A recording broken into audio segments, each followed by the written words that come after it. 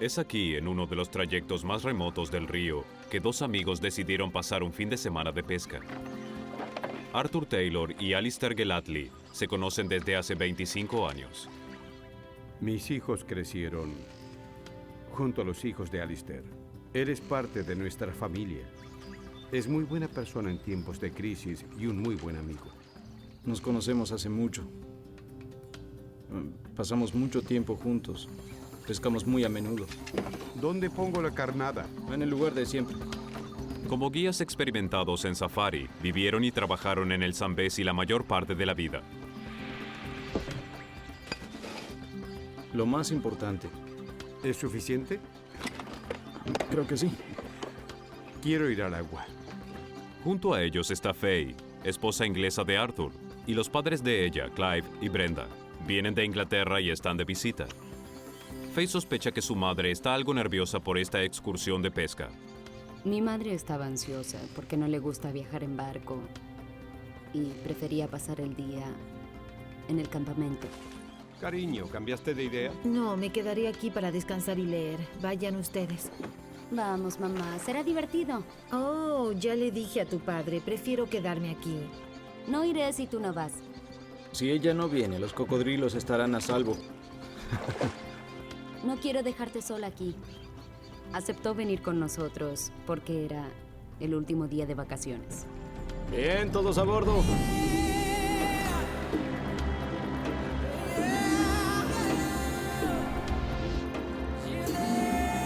Este tramo del Zambezi de 2.600 kilómetros es uno de los más peligrosos y remotos. El Zambezi es un río fantástico, es asombroso y tiene una gran diversidad. Mira, Faye, un Oh, elefante y miren un ahí. cocodrilo. ¡Miren eso!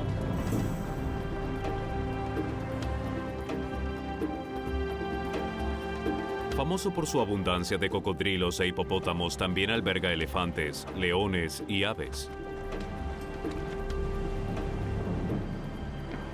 Había un clima de gran tranquilidad.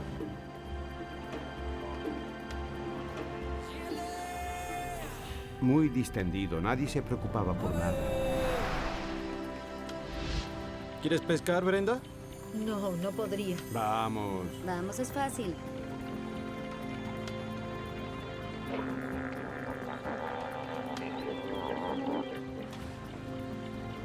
Vimos muchas colonias de hipopótamos. Todos estaban holgazaneando. Se los veía tranquilos y en paz. La mayoría va en manadas o grupos y también se encuentran unas pocas hembras aisladas. Si se los deja tranquilos, no hay problemas. Oh, tengo algo aquí. Oh, oh, ayúdeme. Oh, vamos.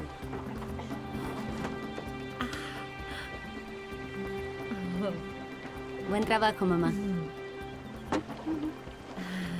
Creo que eso merece un almuerzo para celebrar. Allí, bajo la sombra de esos árboles. Me parece bien. ¿Qué hora es?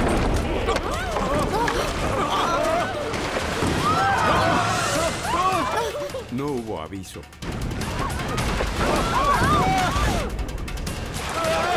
Brenda, la madre de Faye, no sabía nadar. El grupo atravesó el sendero de un hipopótamo peligroso.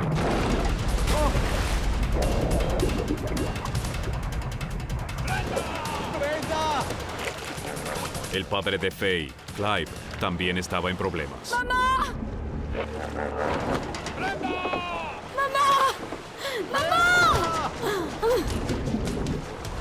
¡Mamá, danos la mano, por favor!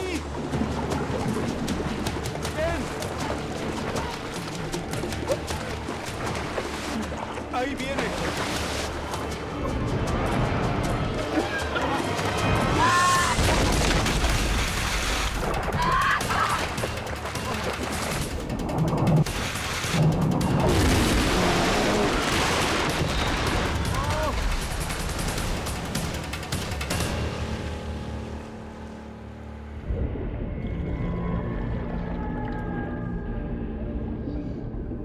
Hubo un gran estruendo y entonces salté al agua. Creo que fue mi subconsciente que me decía, se acabó, este es el fin.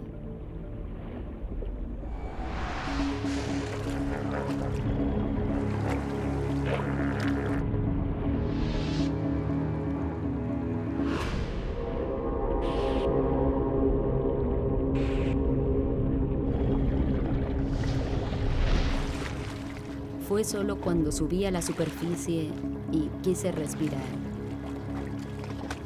que repentinamente me di cuenta de lo que nos había ocurrido. Sobrevivieron al ataque del hipopótamo, pero estaban en un peligro aún mayor. Estaban atrapados en uno de los ríos con mayor población de cocodrilos.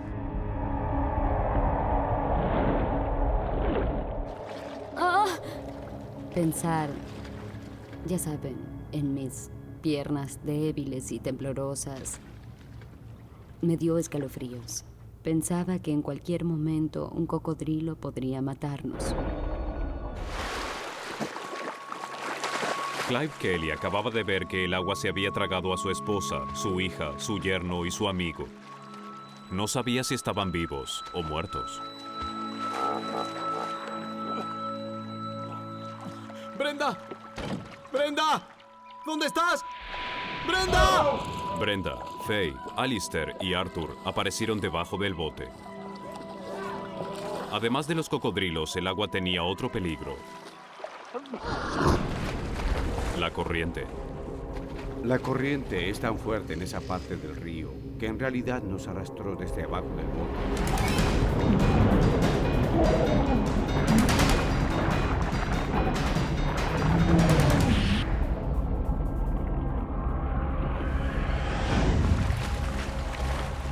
Brenda estaba entrando en pánico. Brenda no sabe nadar muy bien. Gritaba y luchaba.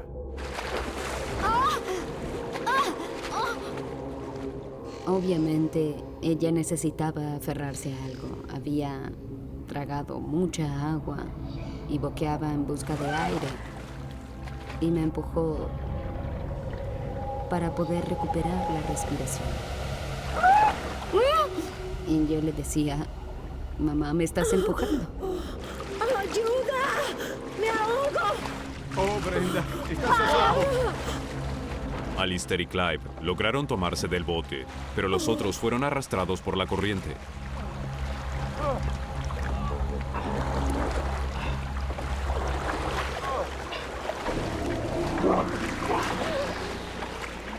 Arthur, Brenda y Faye eran arrastrados río abajo.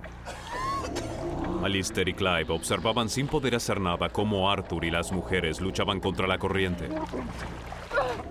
Clive y yo no podíamos hacer demasiado. Nos sentamos en el bote y observamos. No sabía hacia dónde íbamos.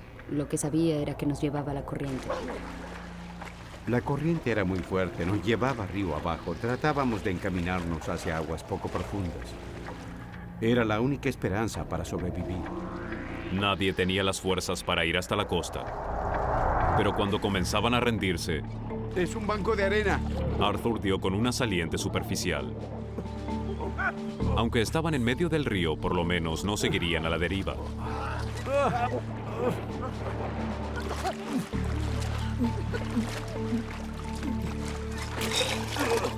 Tuve que vomitar porque me había tragado la mitad del Zambezi. ¿Estás bien?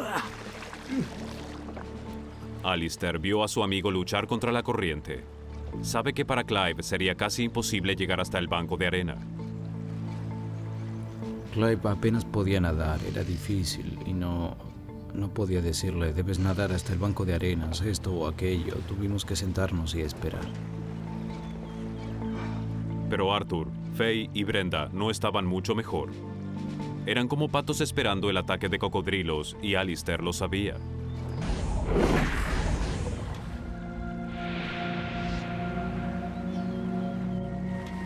Alistair decidió actuar.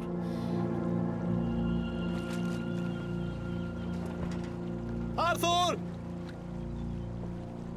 ¡Nadaré hasta esa orilla! ¡Por ayuda! ¡No te arriesgues, Al! Ambos sabían que Alistair estaba literalmente jugando a la ruleta rusa al saltar al agua. Cada año cientos de personas mueren por ataques de cocodrilos en este río y cada 6 metros en la orilla hay un cocodrilo al acecho.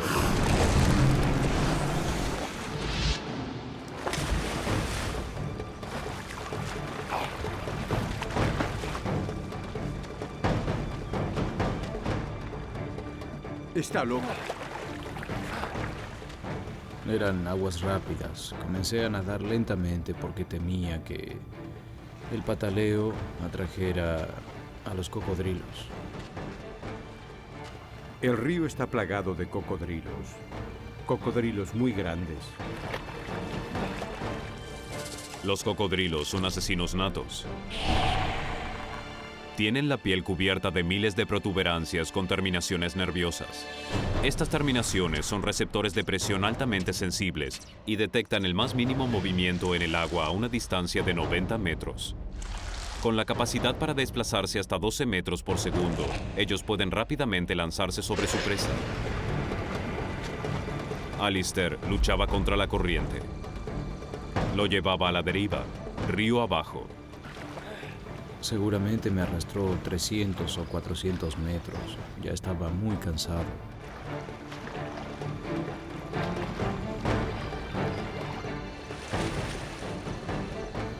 Vi una pequeña ensenada más adelante y fui hasta ahí. Sin que los demás lo vieran, Alistair finalmente alcanza la seguridad de la orilla.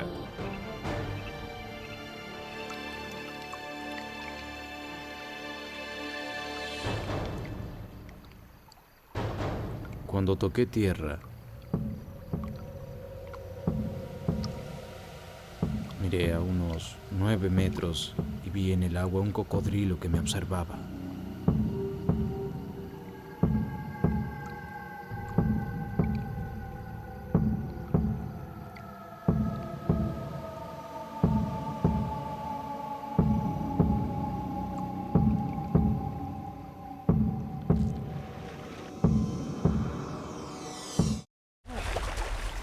Alistair Gellatley trató de salvar a sus amigos nadando hasta la costa en busca de ayuda, pero se topó con uno de los más grandes asesinos del África.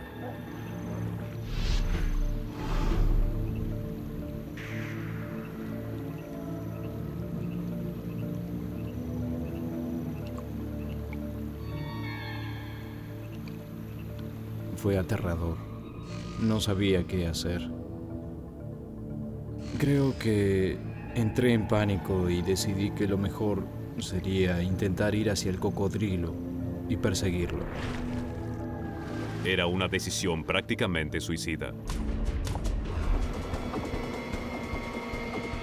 Estado de pánico. Con cuidado. Cuando algo viene directamente hacia ti, temes lo peor. Esperen, todavía no.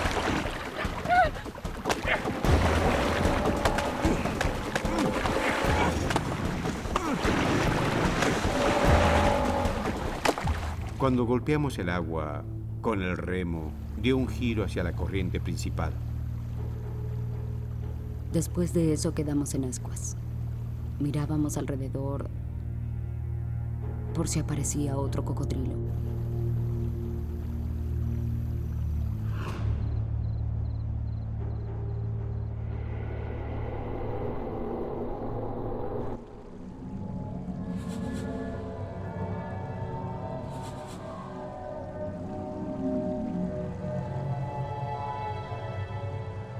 Todos los que estaban en el banco de arena sobrevivieron a la noche. Cuando llegó la luz del día, tuvimos una enorme sensación de alivio porque podíamos ver claramente. ¡Alistair! Pero no tienen idea de si Alistair aún está con vida. ¡Alistair!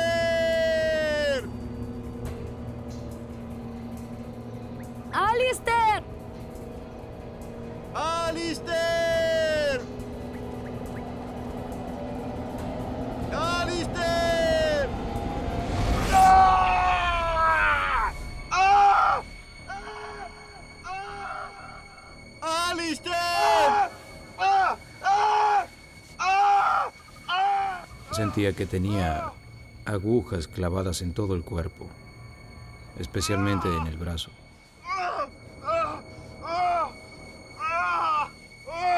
Al principio no sabía de qué se trataba, hasta que me levanté y vi que eran hormigas mordiéndome.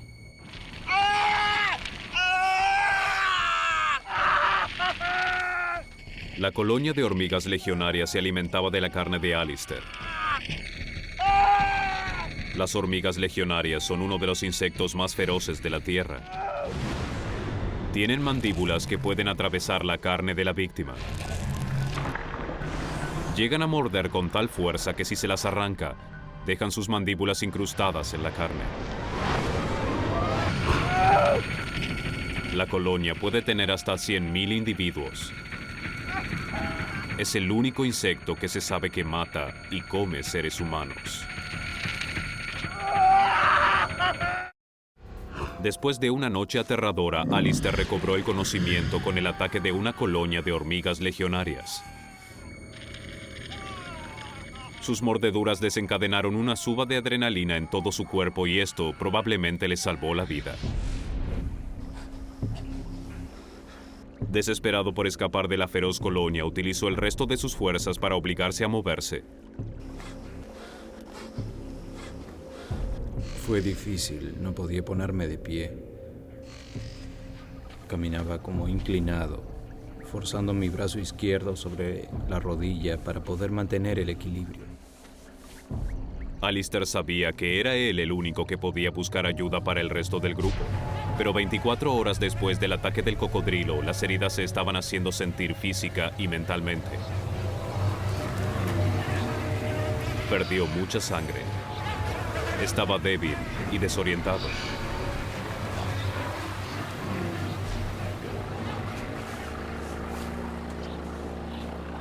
De pronto, escuchó algo.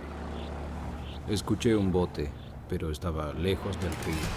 ¡Ayuda! ¡Ayuda! ¡Ayuda! Pensé que llegaría a tiempo al río. ¡Ayuda!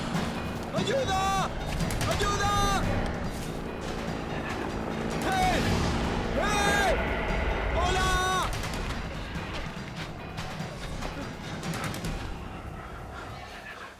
Pero cuando llegó al río no encontró nada. No sabía si estuvo alucinando o si fue un sonido real. Tal vez fue un avión o alguna otra cosa, pero no fue un bote.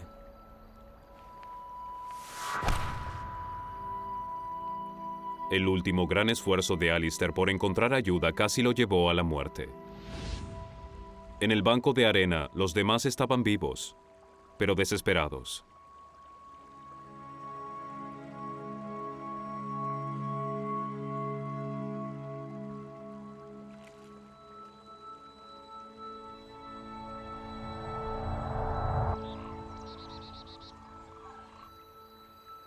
Finalmente, Alistair recuperó el conocimiento. No podía creer lo que veía. Había una pareja al otro lado del río. ¡Hola! Pero estaba muy débil como para llamarlos. ¡Hola! Pensé que seguramente vendrían. Traté de gritar, pero no pude. Y comenzaron a alejarse.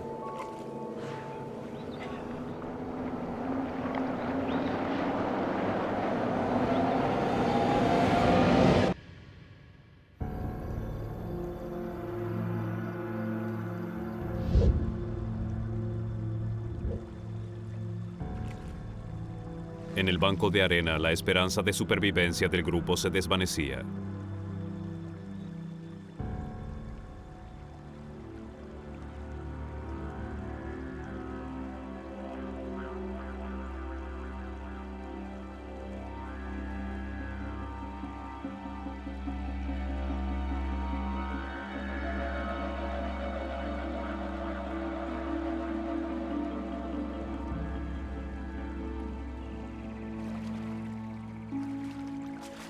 Milagrosamente, pese a que había terminado el feriado de la Pascua, todavía quedaban algunos turistas en el río. Nos habían visto y pensaron, qué extraño que haya gente pescando en medio del río. ¡Aquí! ¡Aquí! ¡Aquí! No se imaginan cómo nos sentimos. Fue una sensación de alivio, pero estábamos preocupados por Alistair.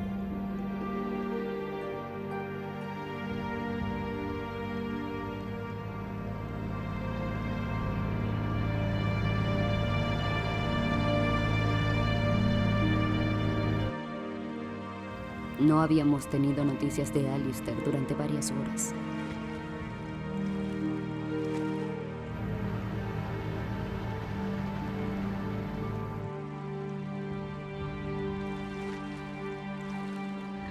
Afortunadamente, la pareja que estaba al otro lado del río finalmente vio a Alistair cuando regresaban.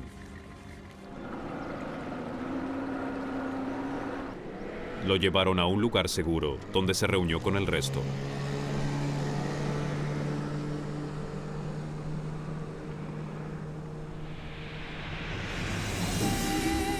Asombrosamente, los cirujanos pudieron salvar el brazo de Alistair. Arthur y él aún van juntos a pescar a ese mismo tramo del Zambezi. El señor y la señora Kelly nunca más saldrán de pesca con nosotros. Su plan era bucear media hora mientras el bote permaneciera por encima de ellos. Los barqueros se ubicaron exactamente donde nos sumergimos, exactamente donde debían recogernos. No presté mucha atención, los dejé hacer su trabajo. Pero comencé a ponerme más y más ansiosa.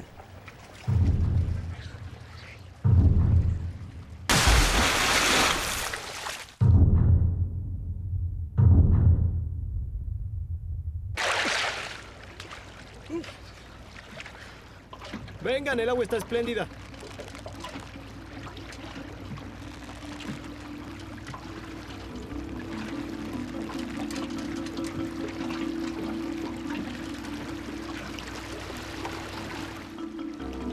Tomé mi equipo, miré al barquero y dije, aquí voy, recen por mí. Y me pregunté por qué había dicho eso.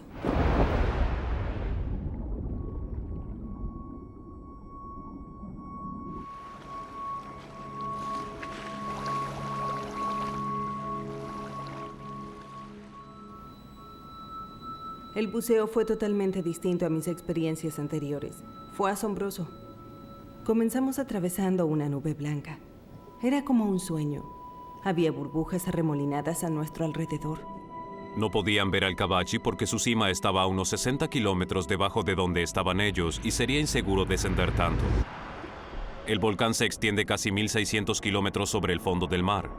Está cubierto de aberturas que liberan dióxido de azufre caliente que asciende en forma de burbujas y nubes.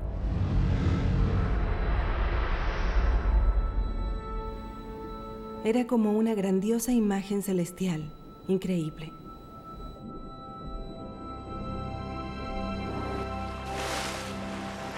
Después de 30 minutos, los buceadores ascendieron. Maravilloso, ¿no? ¡Increíble! El clima cambió de forma abrupta. La nube oscura que David había divisado ahora estaba sobre ellos. Está muy picado ahora. Sí.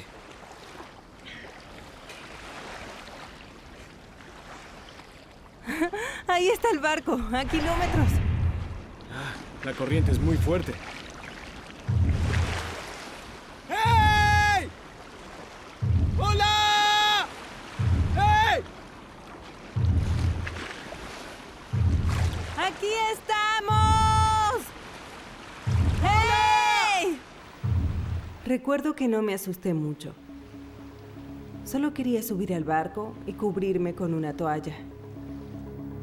Pero no regresaron. Encendieron los motores. No pueden escucharnos por el ruido. ¡Apáguenlos! ¡Apaguen los motores! ¡Apáguenlos! ¡Hey! Le pregunté a David por qué no regresaban y no pudo responderme. Gritábamos tanto como podíamos. ¡Hola! ¿Por qué no nos miran? Estamos aquí. Los barqueros sabían que los buceadores debían estar en la superficie. Esperaban verlos emerger, pero no lo lograron porque el cielo estaba oscuro. El barco permanecía en su lugar con los motores encendidos, pero no sabían que una poderosa corriente alejaba a los buceadores. ¿A dónde va? A ninguna parte. A ninguna parte. No. No, es la corriente, nos está alejando. Claro que sientes enojo. Quieres que se den vuelta y regresen. ¿Por qué no nos miran? ¡Ey! La corriente nos alejaba. Podíamos verlos. Pero ellos no podían. El motor encendido consumía mucho combustible. Si los barqueros no se iban pronto, quedarían varados en el océano. Uno de ellos buscaba desesperadamente a los buceadores, pero no tenía idea de cuán lejos estaban. Con el tanque de combustible casi vacío, los barqueros no tuvieron otra opción que regresar a la isla para buscar ayuda. ¡Chicos! ¡No! Todo sucedió muy rápido. Los vimos desaparecer, como si el mar se los hubiera tragado. Le dije a David, estamos en problemas. Estamos muy, muy, muy mal. Tenía la esperanza de que ellos regresarían como héroes sobre las olas y que nos rescatarían del agua. Pero no fue así. Estábamos totalmente solos, a kilómetros de la costa. Estábamos en problemas. ¿Crees que podríamos nadar hasta ahí? No. Es demasiado lejos.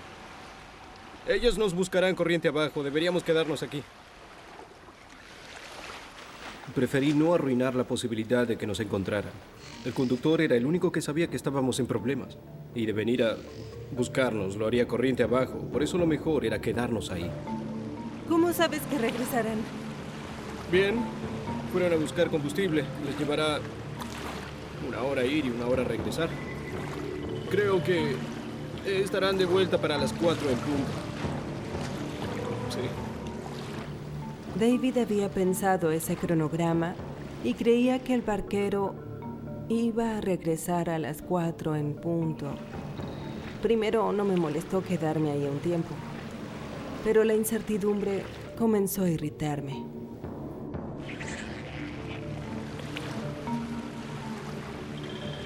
David, ¿qué buscas? Quiero estar atento, es todo. ¿Corremos peligro aquí, David? La verdad es que no quisiera que me devorara un tiburón. ¡Hey! Debes calmarte. En ese momento estaba algo enojada, debía saberlo. ¿Cómo habíamos terminado en esa situación? No me pides que me calme. Estamos en medio del océano. ¡Perdiste nuestro barco! Tenía derecho a desahogarme. No voy a repetir lo que dije, pero insulté un poco. La reacción de Melissa fue normal, aunque un poco exagerada, y se deshizo en insultos. Ella confiaba en mí para asegurar que todo fuera bien. Y en ese momento yo me había equivocado, y ahora los ánimos ya no estaban calmados. David y Melissa se ignoran y olvidan que están flotando sobre una corriente poderosa. David. ¡David! La separación en un escenario como ese puede ser mortal. ¡Ven aquí! Intentábamos nadar en contra de la corriente. ¡Ven aquí! Con el equipo que cargábamos, eso era casi imposible.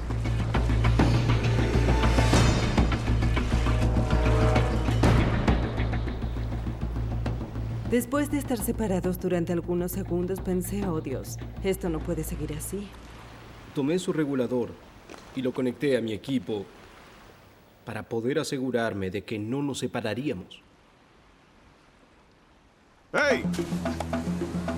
A 30 kilómetros, en la isla, los barqueros dan la voz de alarma. Perdimos 2 buceadores. Los lugareños saben que grandes tiburones martillo estuvieron acechando a los pescadores. Los buceadores son muy vulnerables. Los rescatistas se apresuran hacia el océano para buscarlos. David y Melissa esperan que la ayuda esté en camino, pero a cada hora que pasa, la preocupación aumenta. En las Islas Salomón hay una gran variedad de vida marina. Pero nuestro mayor temor eran los tiburones. Me los imaginaba dando vueltas bajo el agua. Y una gran boca surgiendo desde abajo y lanzándose hacia uno de nosotros.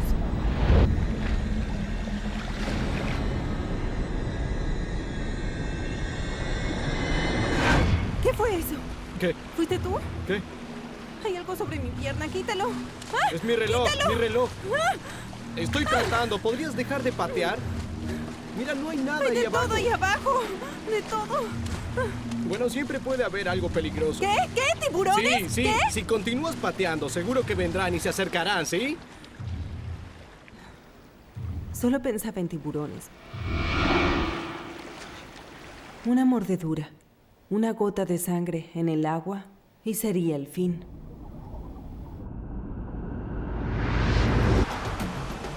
Los grupos de búsqueda llegaron a Kabachi. No tenían idea de que David y Melissa se habían alejado kilómetros a la deriva. Siguieron buscando sobre el volcán.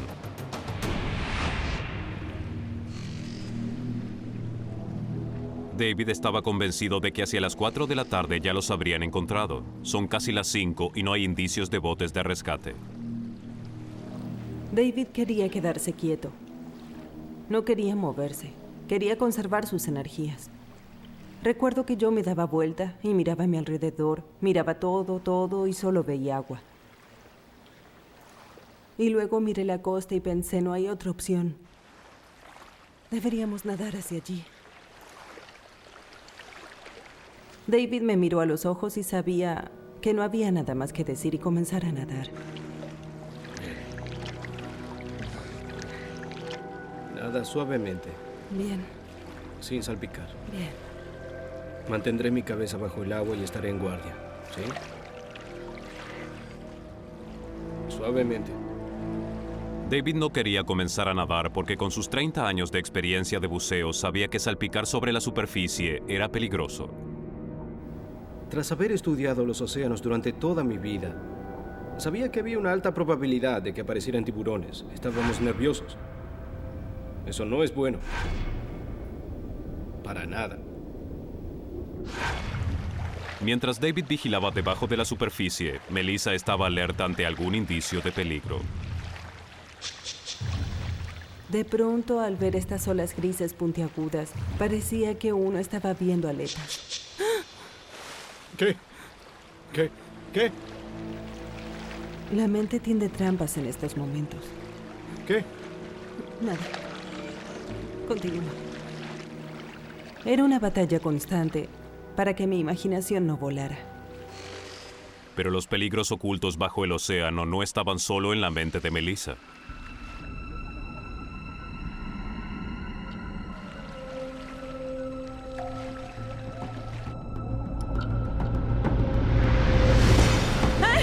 ¿Qué? ¡Algo me mordió!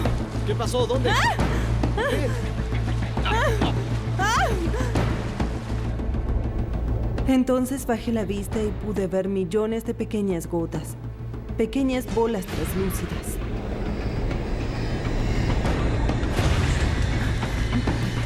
¡Son medusas! Las medusas tienen delgadísimos tentáculos cubiertos con células. Cuando los buceadores las molestan, estas explotan y lanzan miles de aguijones pulsantes hacia la carne. El fluido tóxico emerge a la superficie de su piel y crea dolorosas ampollas. Una colonia de medusas puede estar formada por cientos de miles de individuos. Los buceadores deben pasar entre ellos. La sensación es dolorosa, pero no te matarán. ¡Sigue nadando! ¡Vamos! Nadábamos entre innumerables medusas. Nos picaban por todo el cuerpo. Recuerdo que quería contar las picaduras. Llegué a contar 64. Pero después todas se transformaron en una. Era un dolor terrible que me afectaba todo el cuerpo.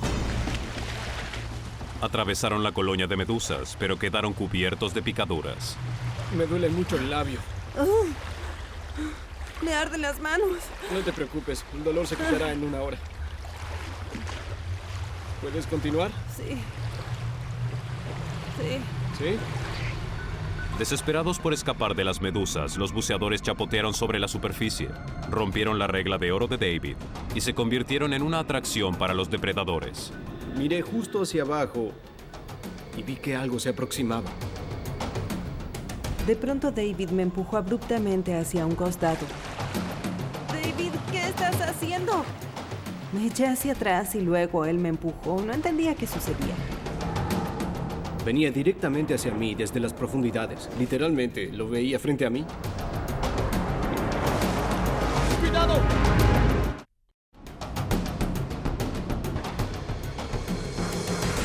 Era una gigantesca barracuda de aproximadamente 1,5 metros de largo. Pueden ser muy agresivas y ya han atacado a seres humanos. ¡Dios mío! ¡Dios mío, David! Con que solo me golpeara la mano, el brazo, la pierna, si comenzaba a sangrar, tendría un problema más grande. Tendría problemas con los tiburones. La única defensa que David tenía contra esos dientes filosos era su cámara. Necesitaba algo para protegernos, entonces usé la cámara.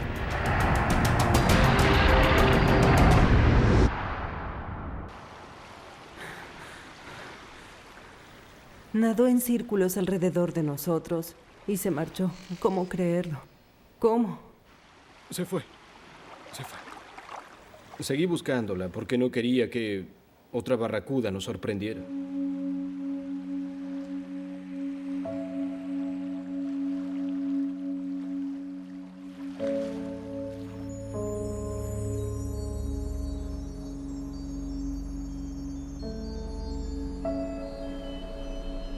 Al atardecer, los grupos de búsqueda regresaron a la isla. Pasaron más de 6 horas buscando a los buceadores perdidos. Por la mañana, reanudarían la búsqueda, pero todos sabían que para entonces lo más probable era que debieran buscar cadáveres.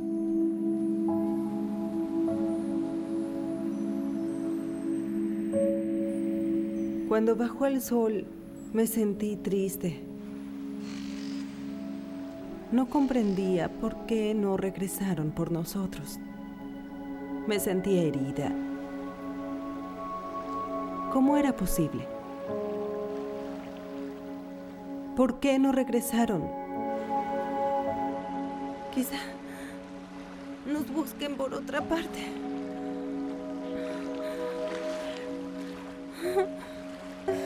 Debemos seguir nadando. Estamos avanzando mucho.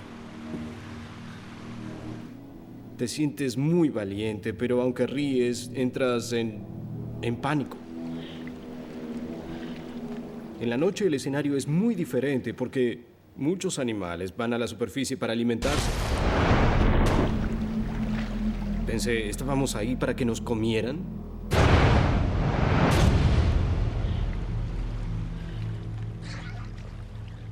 Al margen del miedo, no tenían otra opción que seguir nadando.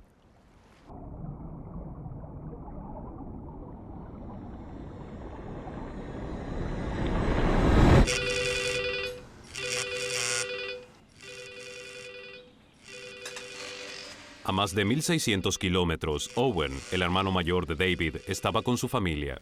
Eran cerca de las 6:30 de la tarde. Acababa de sentarme para cenar. Owen Tomlinson. Y era la secretaria de Davis desde Cannes. Diciéndome, Owen, tengo malas noticias. David se perdió en el océano. ¿Qué sucedió? Entonces me dijeron que fue a bucear y nunca apareció. Acabábamos de perder a nuestra hermana menor. Murió de cáncer hace 4 o 5 meses. Lo primero que pensé fue si mi madre, que tiene 90 años, podría soportar el impacto de perder a otro hijo. Era traumático en ese sentido. Bien, iré tan pronto como pueda. Como hermano de David, mi primera reacción fue pensar cómo solucionar el problema. Hola, sí, quisiera hablar a las Islas Salomón. El primer vuelo disponible era a las 3:30 de la mañana. Aún quedaban algo más de 8 horas y me sentía impotente porque no había nada que pudiera hacer durante esas horas. Gracias, adiós. David estaba en algún lugar en el medio del océano.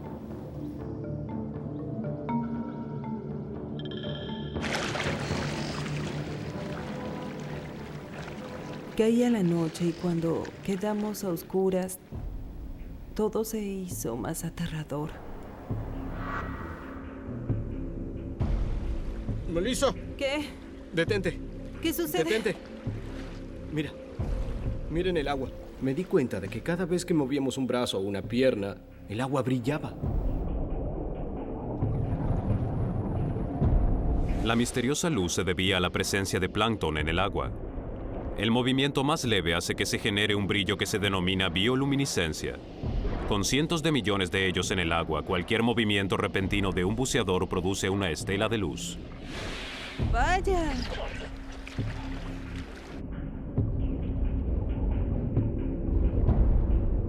¡Alto! ¡Detente! Es hermoso. Sí, pero si nos movemos, nos verán. Allí decidimos dejar de nadar, porque le dije a Melissa, no podemos seguir nadando. Si continuamos moviéndonos, habrá más luz, entonces nos verán. Pero cuando los buceadores dejaron de nadar, su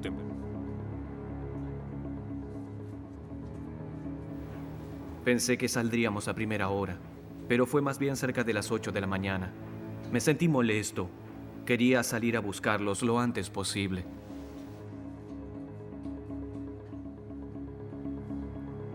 Señor, buenas noticias. Tenemos un helicóptero de guardia. Fantástico, les dije. Salgamos de inmediato, vamos. Desgraciadamente, esta es una operación comercial y necesitaremos parte del pago por adelantado. Yo no tenía idea de cuál era la moneda corriente en las islas y tampoco tenía un maletín lleno de los billetes que ellos aceptan. ¿Esto sirve? Está bien. Espere un minuto. La tarjeta de plástico fue muy útil y funcionó. Bien, muchachos, listos para salir. Finalmente, a los buceadores les llegó la posibilidad de rescate. David y Melissa nadaron 24 kilómetros sin descanso, alimento ni agua potable. Ahora el ardiente sol se suma al sufrimiento. Tenía los labios secos e hinchados. Y ahora el sol los secaba aún más. Comenzaban a ampollarse. Las piernas se me contraían. No podía flexionar los brazos. El agua salada me carcomía poco a poco. David estaba en peor estado aún. Estaba deshidratado y hambriento. Ya no me quedaba ninguna energía en esa instancia. Sin alimento, el nivel de azúcar en su sangre colapsó. Su cerebro se da cuenta y reduce la actividad para conservar las energías. Quiere desconectarse y dormir. Ya no podía pensar con cordura. ¿Estás bien? ¿David? ¿Estás bien? ¿Puedes nadar? Lo recuerdo mirando hacia la costa y diciendo, oh, mira, mira esos edificios. Mira. ¿Ah? Esos edificios. Y respondí, no hay edificios.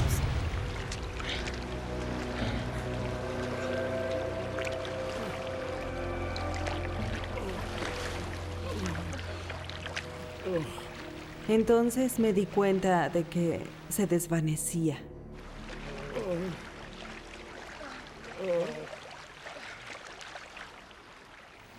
Estaba al borde del agotamiento total. El barco, puedo escucharlo. Y de pronto, lo escuchamos. ¡Es un helicóptero! ¡Hola! Despertamos enseguida. ¡Hola! Era el helicóptero que rentó el hermano de David. El rescate finalmente había llegado. Fue lo más hermoso que había visto en mi vida. ¡Hola! Fue increíble. Ahí estaban y nosotros saludábamos y hacíamos gestos. ¡Hola! Pero nuestros trajes eran de color negro y azul. No resaltábamos.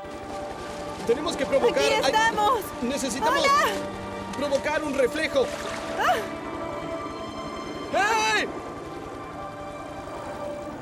Sobrevivimos a la espantosa noche. Los tiburones no nos atraparon. Sí, aquí está el helicóptero. Están aquí para salvarnos y todo estará bien. ¡Hey! Se acercan más y tratamos de hacer señas y luego se dan vuelta.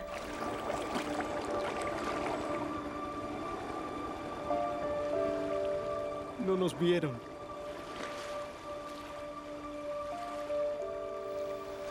Y se fueron. Fue algo desalentador, eso diría.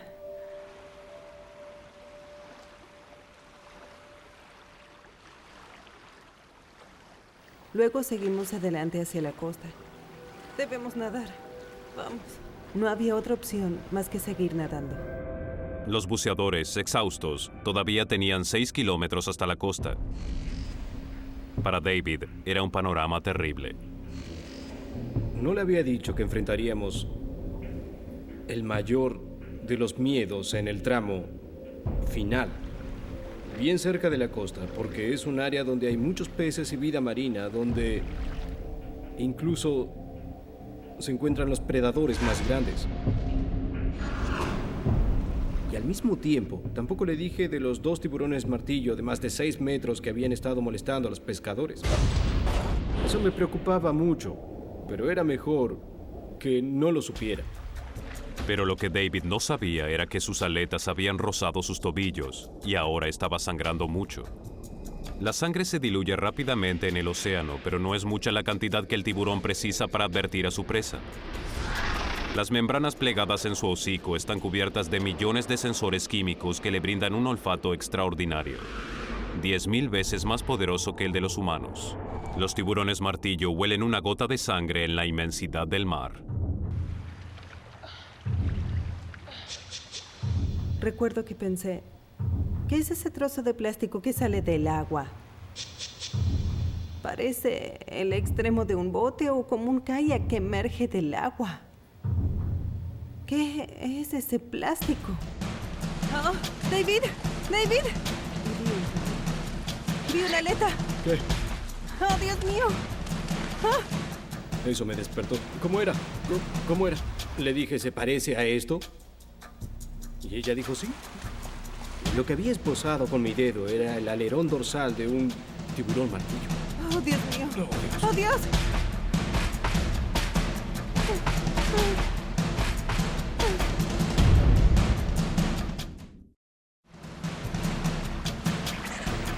Nunca había visto algo así, era enorme. ¿Te refieres a un tiburón de más de 6 metros de largo? Es muy grande. Pensé que si lo peor iba a suceder, quería que sucediera rápido. Esperaba que no me mordiera la pierna, que hundiera sus dientes en mi corazón y me matara de un golpe. Ese era mi mayor temor. Esperaba que el tiburón no estuviese hambriento. Con todas las cosas que han ocurrido, un poco de buena suerte sería bienvenida.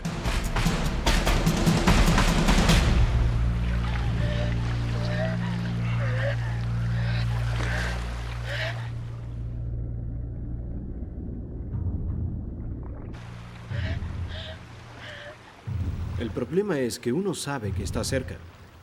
Todo el tiempo uno espera que se aparezca repentinamente. Con el tiburón acechando, la desesperación por salir del agua los abrumó. Llegar a la costa era mucho más peligroso de lo que imaginaban. Esta no era una costa arenosa para nadar tranquilamente. Era una costa muy irregular, escarpada y llena de picos. David miró hacia las rocas. David. Solo pensaba en cuán lastimados terminarían. Las 26 horas en el agua afectaron su piel. Miré mis manos y estaban increíblemente arrugadas por haber estado en el agua tanto tiempo. Y en el extremo del pulgar se había desprendido un poco de piel. A David literalmente se le estaba cayendo la piel. La inmersión constante hizo que las células de la piel absorbieran el agua y se hincharan. A medida que el agua entraba, las células se inflaban, la piel se estiraba, se arrugaba y se hizo más débil. La raspadura fácilmente provocaba la caída de la piel. Entonces la piel está tan suave por estar en el agua que no sería difícil lastimarse seriamente. Tan solo un fragmento de roca saliente puede atravesarnos. Las rocas eran letales, pero el tiburón podría regresar en cualquier momento. Estaban entre la vida y la muerte. Dame tu chaleco. Le dije a Melissa qué haríamos exactamente. Elaboramos un plan. Coloca esto. Arrenaremos las olas, ¿eh? Ahora me preguntaba cómo barrenar las olas con el cuerpo y así sobrevivir.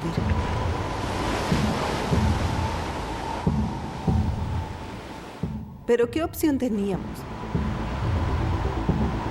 Era aterrador. Estábamos a 100 metros de la costa. Pero iba a ser difícil sobrevivir. ¿Lista?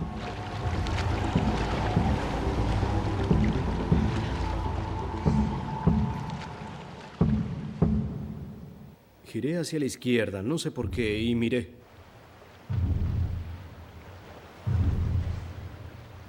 Y luego lo escuché decir, ¡demonios! Un bote. ¡Hey!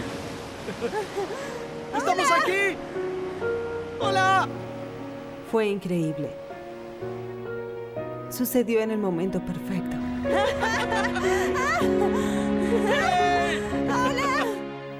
Fue un sentimiento absolutamente increíble, porque fue como quitar el peso más grande que uno pueda tener. Cuando me di cuenta, había un bote junto a nosotros y me sacaban del agua. Me sentía como una loca. Lloraba y me reía al mismo tiempo.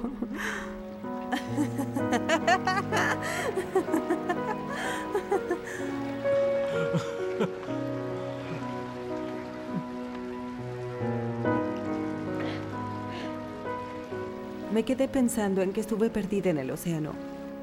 Perdida durante 26 horas. Los tiburones no nos comieron. Sobrevivimos. Estoy viva. David y Melissa nadaron 32 kilómetros antes de ser rescatados. Finalmente, y en tierra firme, David quedó atónito al ver a su hermano esperándolo. ¡Sí! Ahí estaba mi hermano Owen. Y fue hermoso. No sabía si abrazarlo o aporrearlo. No sabía cómo reaccionar. Por Dios, David, ¿qué hiciste? Pero estaba quemado por el sol, así que no quise pegarle. En cambio, le di un abrazo. Hola, soy Owen. Si vuelves a hacer esto, ya no te ayudaré. No volveré a atravesar medio planeta para salvarte. Y fue maravilloso verlo. Desde ese día, cada mañana al despertar, siento que es maravilloso comenzar el día en tierra firme. David aún vive en las Islas Salomón y bucea regularmente, pero Melissa regresó a su hogar y no volvió a bucear. Siguen siendo buenos amigos.